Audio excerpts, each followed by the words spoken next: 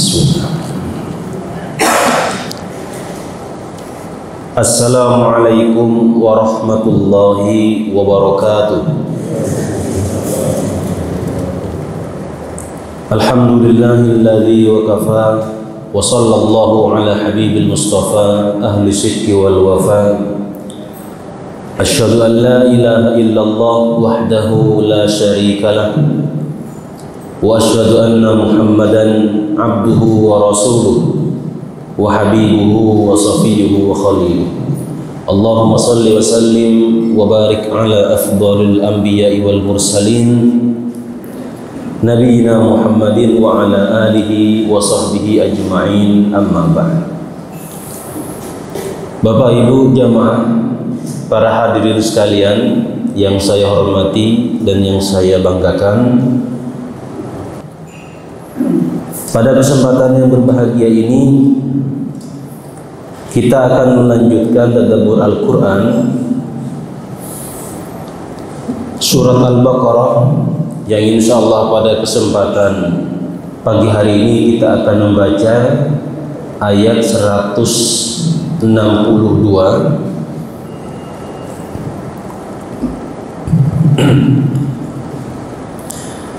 di mana Allah Subhanahu wa taala berfirman, innal ladzina kafaru wa matu wa hum kuffarun ulaika alaihim la'natullahi wal malaikati wan nasi ajma'in khalidina fiha la yukhaffafu anhumul 'adabu wa la hum yunzarun. Yang artinya,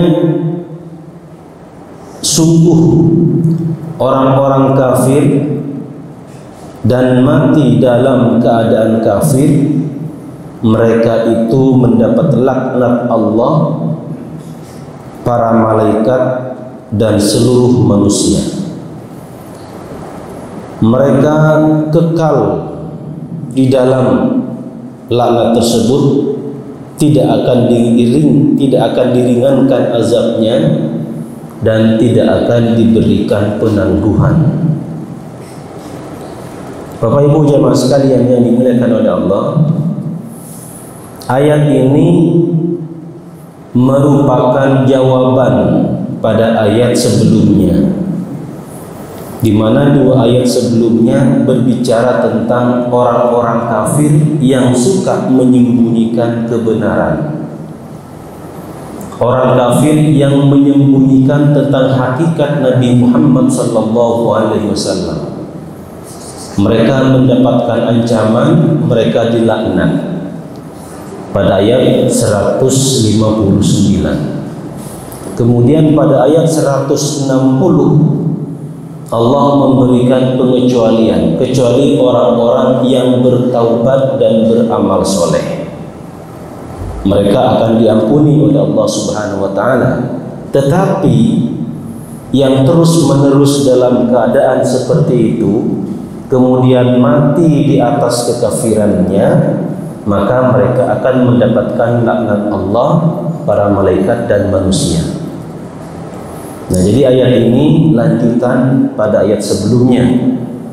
Jadi kalau yang kemarin kita bahas orang-orang yang bertaubat daripada kekafirannya, daripada kekufurannya, kemudian dia beramal soleh, maka mereka akan diampuni oleh Allah Subhanahu wa taala. Tetapi alladzina kafaru, orang-orang yang kafir, wa matu, kemudian mereka mati, wa hum kuffarun, dan dalam keadaan kekafirannya, ulaika alaihim laknatullah, maka mereka akan mendapatkan laknat Allah wal malaikati wan nas ajma'in. Laknat Allah, malaikat dan seluruh manusia. Khalidina fiha, mereka kekal di dalamnya, di dalam neraka ataupun dalam laknat tersebut. La yukhaffafu anhumul adab, tidak diringankan dosa siksaannya, wala hum yunzarun, dan mereka tidak mendapatkan penangguhan, atau mereka tidak diberi satu hari, satu detik pun untuk beristirahat. Kemudian kata Al-Imam Al-Qurtubi, fihi salasu masail. Ya, dalam pada ayat ini terdapat 3 masalah. Al-ula, yang pertama, qauluhu ta'ala wa hum kuffar. Ya, kita telah pernah membahas tentang kafir. Ya, makna kafir dalam ayat yang paling banyak disebutkan itu adalah perbuatannya, kekufurannya. Jarang Allah menyebutkan secara secara ta'yin, secara pelaku kepada pelaku, ya, kecuali di beberapa ayat. Termasuk dalam ayat ini wa hum kuffar. Kafaru itu adalah kata kerja. Jadi pekerjaannya orang-orang yang berada di atas kekufuran. Nah, kemudian mereka mati di atas kekufuran itu. Al-wawu wawul hal. Wawu di sini maksudnya adalah wawu keadaan. Maksudnya kekafiran. Qala Ibnu Arabi, Al-Imam Al-Qurtubi, di sini beliau paling banyak menyebutkan atau mengutip perkataan-perkataan Ibnu Arabi karena sesama mazhabnya, mazhab Maliki. Qala li katsirun min asyahi innal kafir al-mu'ayyan la yajuzu la'nuhu. Sesungguhnya qala li katsirun min asyahi, telah banyak berkata kepadaku guru-guru saya, bahwa sesungguhnya orang kafir secara personal tidak boleh untuk dilaknatnya. Ya, jadi melaknat orang kafir secara personal tidak boleh. Punya tetangga non-muslim, wah, dilaknat-laknatin. Jadi melaknat orang kafir secara personal, kata beliau, tidak boleh. Li'annaha lahu indal muwafati la tu'lam. Karena sesungguhnya keadaan nanti ketika dia wafat seperti apa tidak ada yang tahu. Ya. Kenapa tidak melaknat? Karena keadaan dia nanti seperti apa ketika dia wafat tidak tahu. Apakah dia tetap pada kekufuran atau dia malah jangan-jangan beriman kepada Allah Subhanahu wa taala. Wa qad syaratallahu ta'ala fi hadhihi al-ayah fi itlaqil la'nah al-muwafa 'ala al-kufr. Allah Subhanahu wa taala mensyaratkan pada ayat ini dalam pelaknatan secara mutlak. Jadi beliau di sini, Allah di sini melaknat orang kafir itu dengan memberikan satu persyaratan. Apa? Al-muwafatu 'alal kufur, yaitu mati dalam kekufuran. Jadi jarang yang terlaknat secara personal, disebut nama itu jarang. Ya, termasuk Abu Lahab lah, ya. Yang dilaknat tabbat, celaka, Abu Lahab. Tetapi secara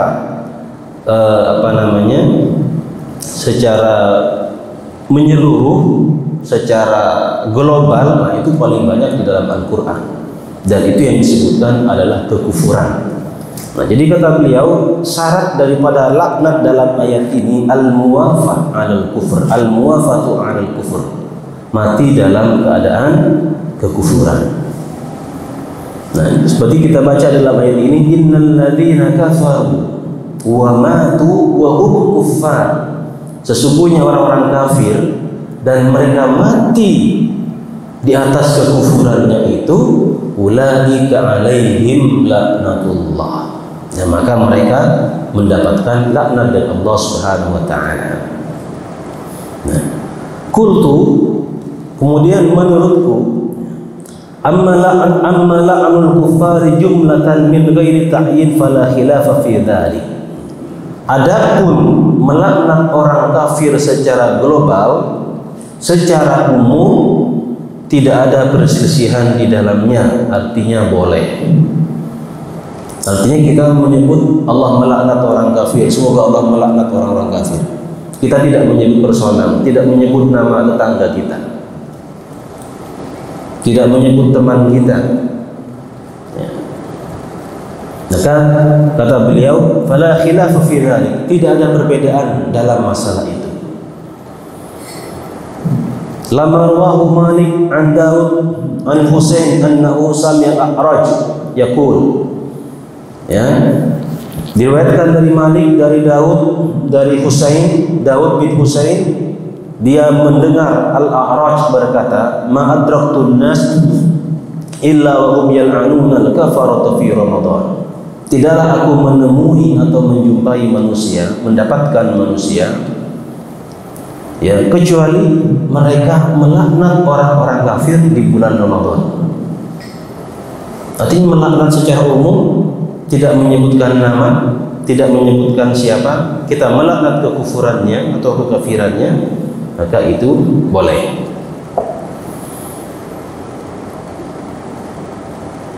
Qala ulama'una, berkata ulama-ulama kami, sawa'un kanat lahu dhimmah am lam takun.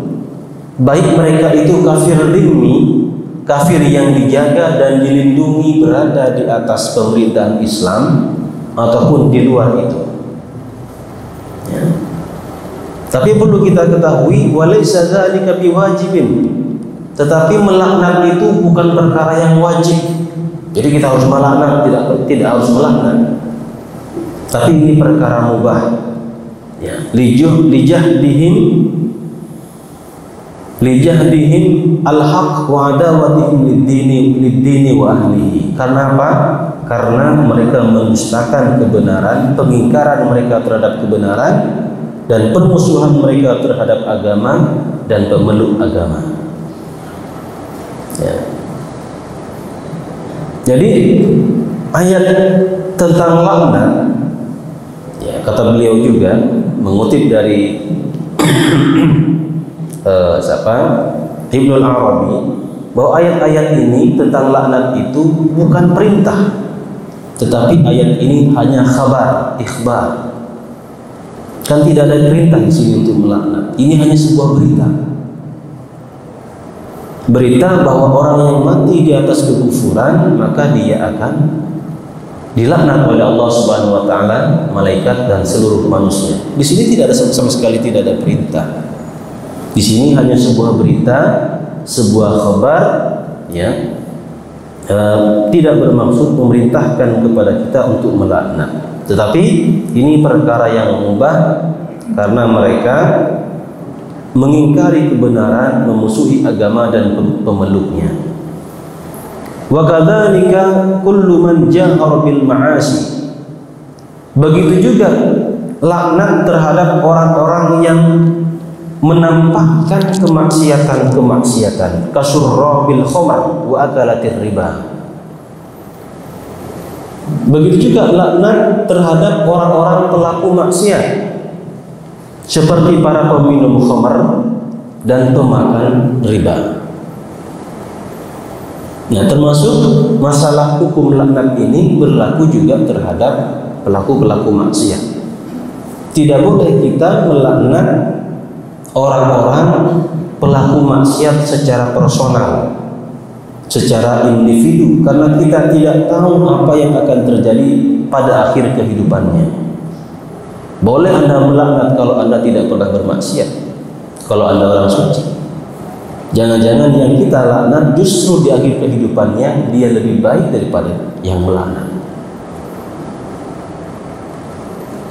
Nah, sekarang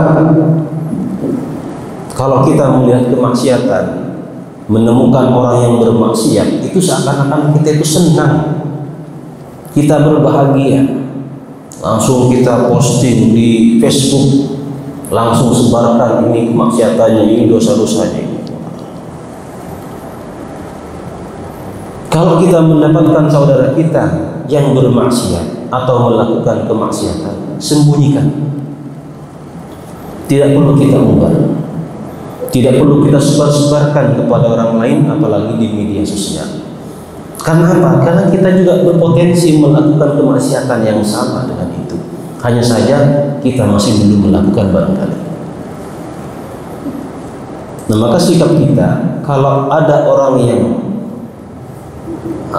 kebetulan tersebar kemaksiatannya, kita mengatakan saya berlindung kepada Allah dari kemaksiatan seperti itu, dan mudah-mudahan Allah menjaga keluarga saya ya dari kemaksiatan seperti itu. Jadi tidak perlu kita ikut mencela, ikut melaknat. Jangan-jangan di akhir dia bertaubat, justru di akhir kita yang tetap bahkan menambah kemaksiatan kita kepada Allah Subhanahu wa taala.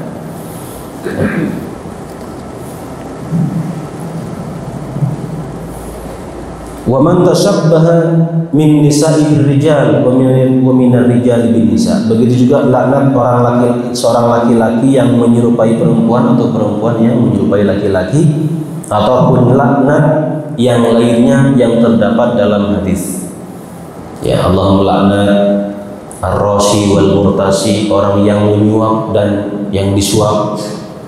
Allah melaknat para pemungut pajak dan banyak laknat-laknat yang lain ya yang disebutkan dalam hadis-hadis Nabi Muhammad SAW. Jadi secara personal ya tidak boleh melaknat mereka. Bapak Ibu jamaah sekalian yang dimuliakan oleh Allah Subhanahu wa taala.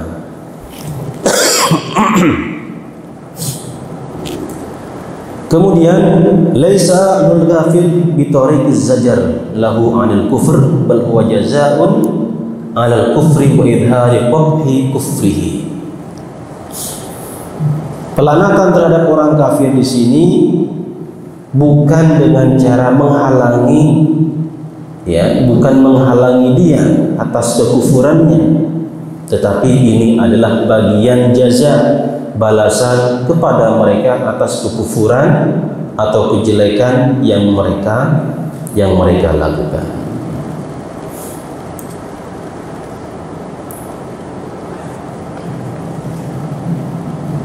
Wal muradu bil ayah ala an hadha al ma'na anna an-nasa yal'anuna yawm al-qiyamati liyata'assara bidzalik wa yatadarrar wa yata'allam qalbahu fayakunu dzalika jazaa'un ala kufrihi. Kemudian maksud dengan ayat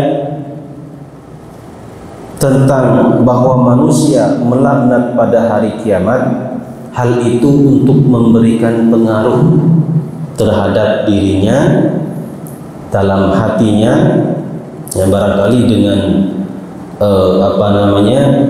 dengan hal demikian itu membuat mereka akan menjadi sadar. Summa yawmal qiyamati yakfuru ba'dukum bi ba'din wa yal'anu ba'dukum bi ba'd. Wa yadullu ala anna hadhihi al-ayah dalla ala al-ikhbar anillahi ta'ala bila'nihim la al-amr. Jadi saya sebutkan bahwa ayat-ayat tentang laknat itu hanya sebuah ikhbar, berita dari Allah Subhanahu wa taala, bukan sebuah perintah. Wa dzakara Ibnu Arabi mengatakan anna la'nal 'asil muayyan la yajuz ittifaqan. Kata Ibnu Arabi, melaknat orang yang berbuat maksiat ya secara personal la yajuz ittifaqan, tidak boleh yang secara ittifaq, sepakat. Lama ruwi an Nabi sallallahu alaihi wasallam annahu utiya bisyaribi khamran miraran. Sebagaimana dalam sebuah riwayat bahwa Nabi sallallahu alaihi wasallam pernah didatangi oleh seorang yang suka minum khamr. Kemudian di antara orang yang bersama Nabi, la'anahu, ada yang melaknat. Ya. Karena apa? Karena kemaksiatan dia terus menerus minum khamr. Kemudian Nabi mengatakan, la takunu minasyaitani ala akhikum. Janganlah menjadi penolong setan terhadap saudara kalian. Faja'ala lahu hurmatul ukhuwah. Maka Nabi memberikan kehormatan persaudaraan. Jadi ketika seorang peminum khamr ini datang, kemudian ada beberapa orang sahabat itu kemudian melaknat orang tersebut. Kemudian Nabi mengatakan jangan menjadi penolong setan. Ya, karena orang yang terlaknat itu, ya, sebagaimana kita pada ayat sebelumnya membahas makna laknat atau pengertian laknat itu adalah al-ib'ad wa tar.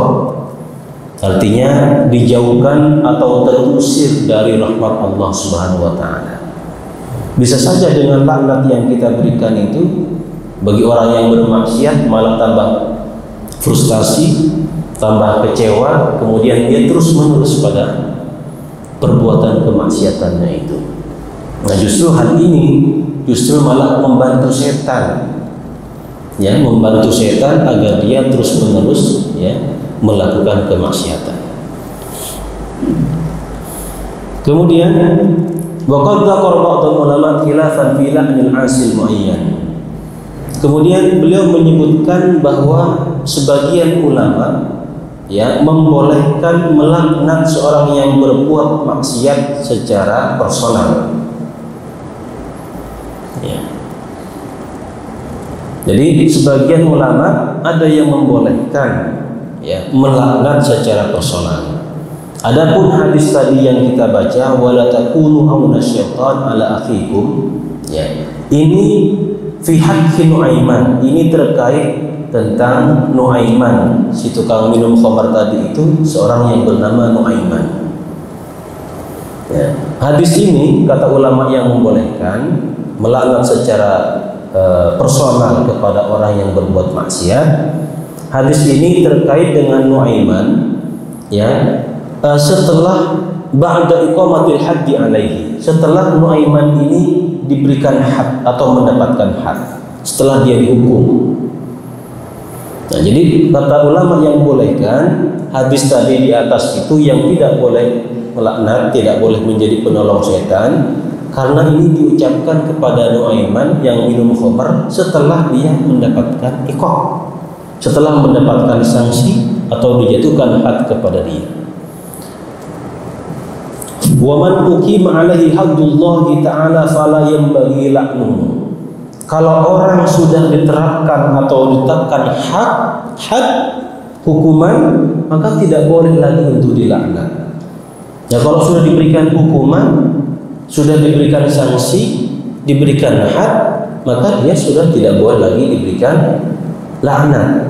Wa man lam yuqam alaihi al-had fala'natuhu jaizah sawa'un summiya am uyyina am la.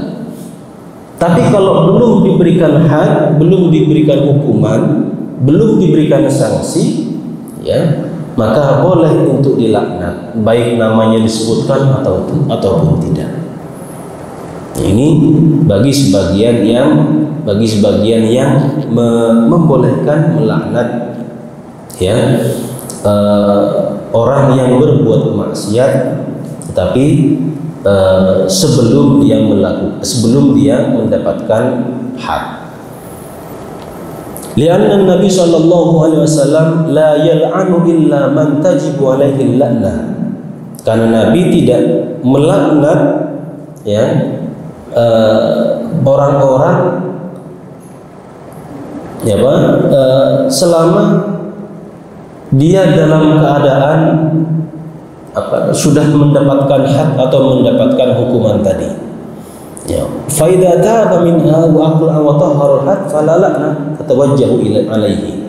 Tapi kalau dia sudah bertaubat, melepaskan perbuatan-perbuatan itu, ya, maka tidak ada laknat yang dihadapkan kepada dia.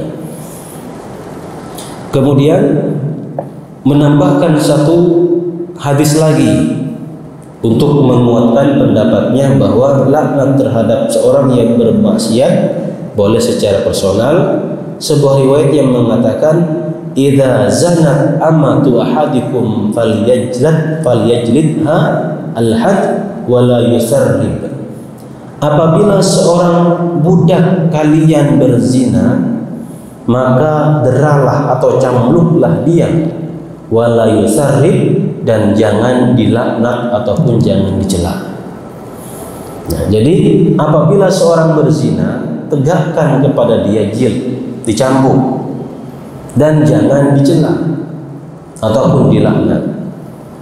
Nah, larangan cela atau larangan melaknat di sini setelah dia mendapatkan cambukan, Artinya orang yang belum mendapatkan hak, mendapatkan hukuman itu masih, ya dia boleh untuk dilaknat. Ini kata pendapat yang membolehkan melaknat. Bapak Ibu jemaah sekalian yang dimuliakan oleh Allah Subhanahu wa taala.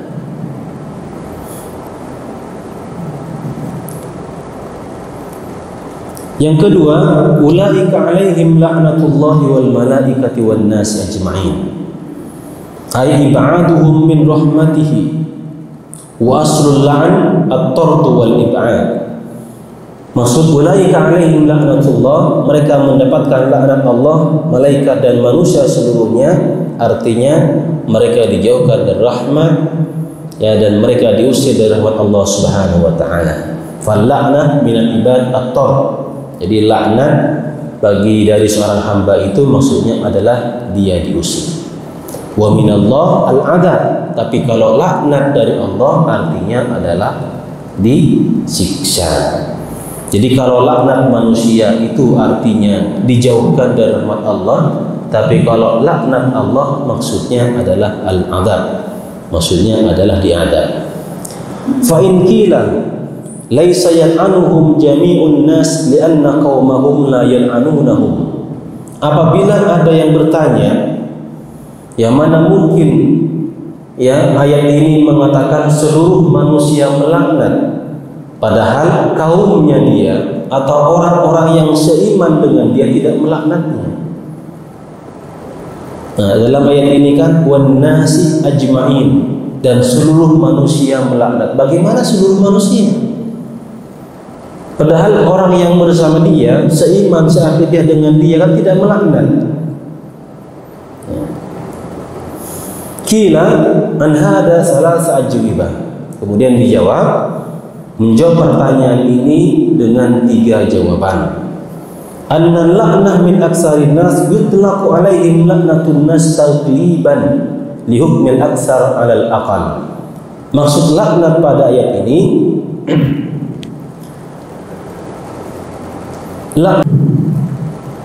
maksudnya laknat secara keseluruhan, secara umum, mayoritas. Ya.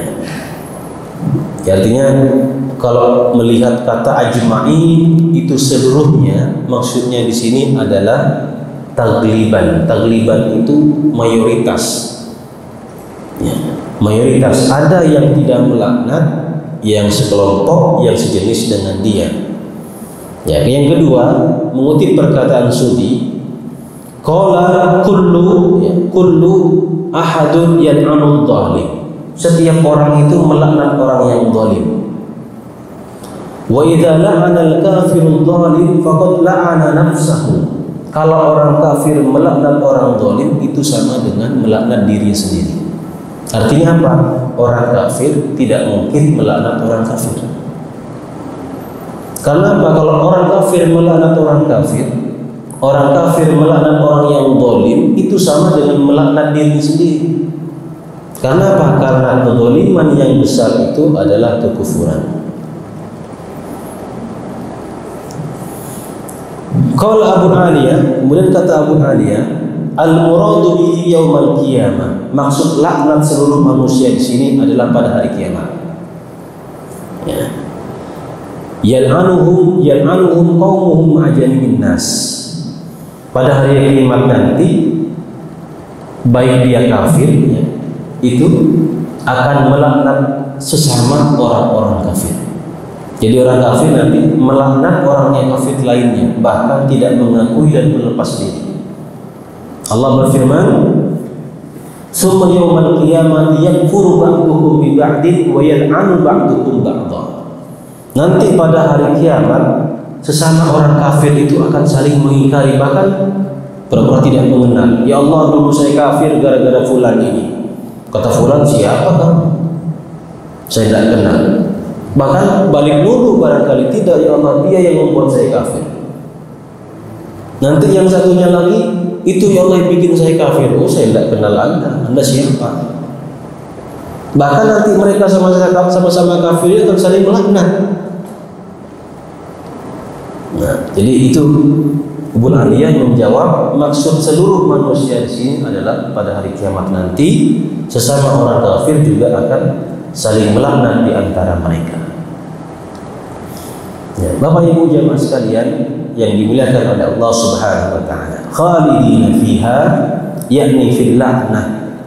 Mereka akan mendapatkan mereka kekal di atas laknat tersebut, ay fi jazaiha, mendapatkan balasan laknat mereka. Khuluduhum fil la'nah ay mu'abbadah, mereka kekal dalam laknat artinya mu'abbadah, artinya selamanya. Wala yunzarun ay la yuakhiruna 'anil adab waqtan min al-awqat. Ya, tidak ditangguhkan, tidak diakhirkan waktunya, tidak ditunda walaupun satu detik, ya, siksa bagi mereka. Ayat selanjutnya, wa ilahukum ilahun wahid, la ilaha illa huwa rahmanur rahim.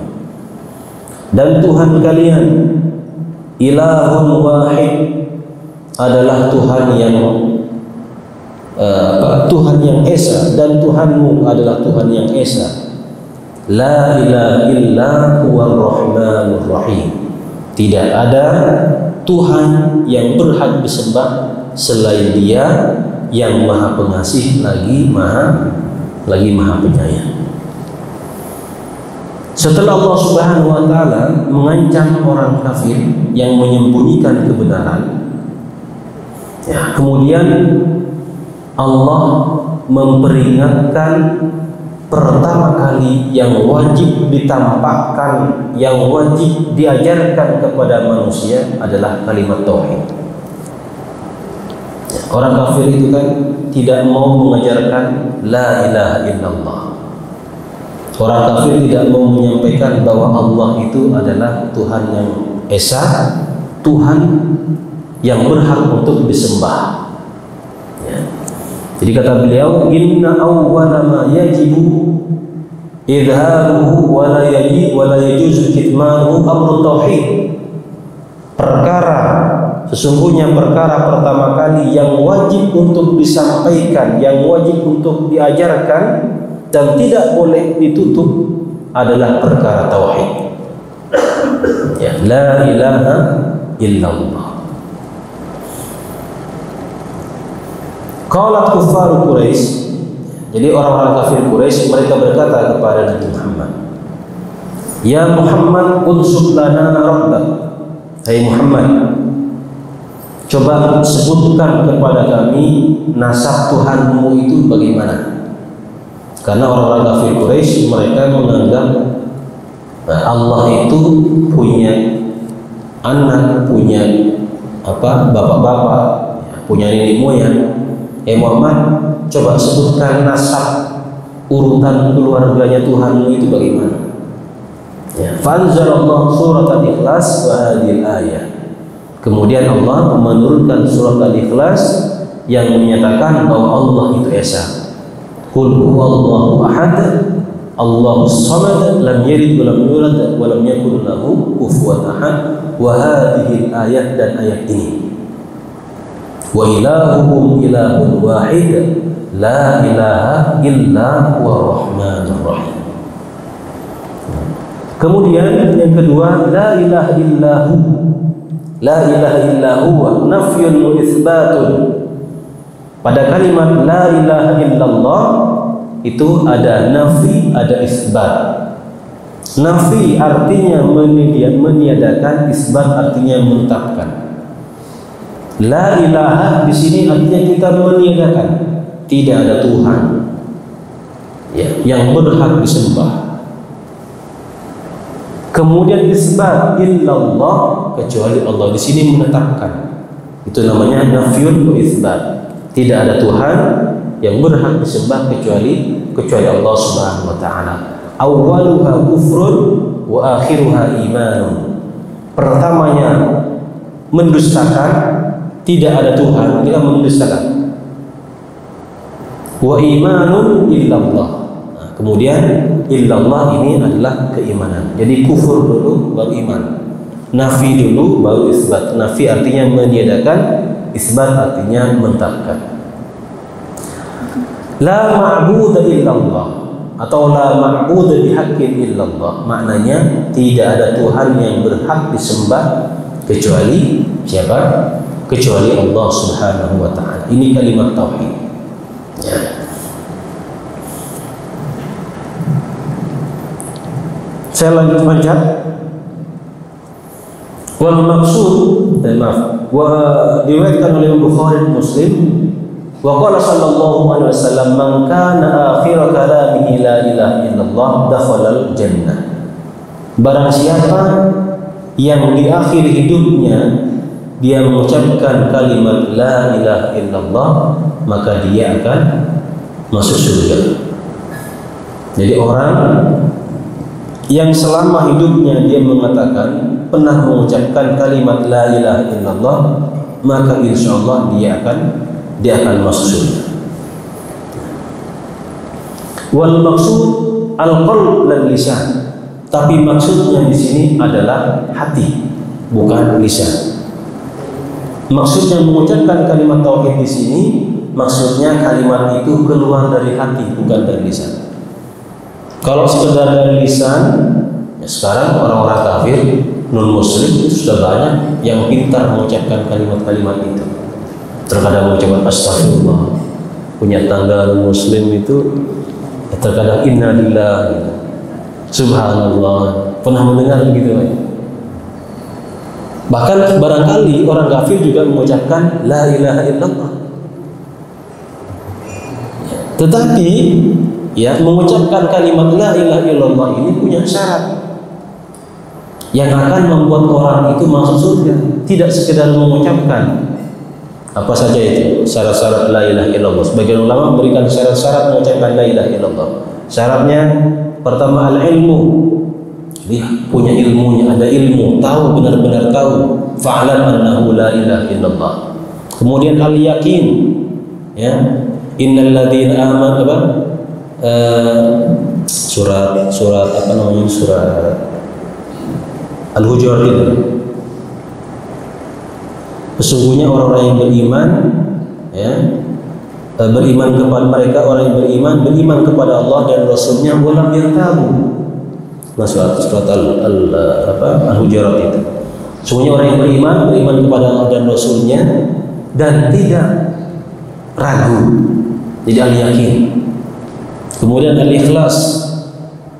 Jadi mengucapkan kalimat la ilaha illallah ikhlas. Jadi ilmu, yakin, ikhlas, as-sidqu. Ya, benar. Benar apa yang diucapkan oleh lisan sesuai dengan hati. Kemudian apa? Al-mahabbah. Cinta yang kelima. Jadi ada rasa cinta. Bagaimana orang mengucapkan kalimat la ilaha illallah tapi dia tidak cinta kepada Allah. Ya. Kemudian al-inqiyad, taat, tunduk, ya, tunduk taat kepada Allah Subhanahu wa taala. Dan itulah berapa tadi itu? 6 ya, ada 7, satunya berarti al-qabul. Al-qabul itu artinya menerima seluruhnya ajaran Allah dan Rasulnya. Baru sah dia mengucapkan la ilaha illallah. Jadi kalau dia berilmu, dia yakin, dia ikhlas, dia jujur, dia cinta, dia taat, dan dia menerima seluruh ajaran Allah Subhanahu wa taala, tidak menerima sebagian, kemudian sebagiannya ditolak. Nah, orang yang mati dalam keadaan demikian, maka insya Allah selama tidak menyekutukan Allah Subhanahu wa taala. Dalam sebuah hadis, ya ibn Adam, innaka law ataitani bi qurabil ardi khataya, summa innaka lam tusyrik bi syai'a wa lakitani wa lam tusyrik bi syai'a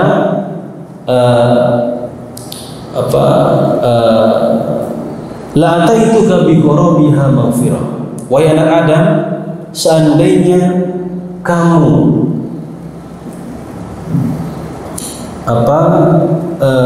datang kepadaku bi qurabil ardi khataya, dengan dosa sepenuh seluas bumi ini, kemudian engkau menemuiku, summa lakitani, engkau menemuiku artinya engkau mati, wala tusyrik bi syai'a, dan tidak pernah menyekutukan aku, la ataituka, maka aku akan datang kepadamu membawa ampunan seluas bumi pula. Jadi kalau orang meninggal, seberapapun maksiat yang dia lakukan, seberapapun dosa yang banyak dia lakukan, tidak pernah menyekutukan Allah Subhanahu wa taala, ya, bisa saja ya nanti dengan kehendak Allah dia akan diampuni oleh Allah Subhanahu wa taala. Maka kita harus hati-hati dengan kesyirikan. Harus menghindari kesyirikan. Bapak Ibu jemaah sekalian yang dimuliakan oleh Allah Subhanahu wa taala, itu ayat yang bisa kita tadabburi pada kesempatan pagi hari ini. Mudah-mudahan ayat yang terakhir ini, la ilaha illahu, ya, Ar-Rahman Ar-Rahim, kalimat tauhid la ilaha illallah menjadi kalimat terakhir kita, dan kita wafat di atas kalimat tersebut. Terima kasih atas perhatiannya. Mohon maaf atas segala khilaf dan kekurangannya. Hadana Allah wa iyyakum ajma'in. Assalamualaikum warahmatullahi wabarakatuh.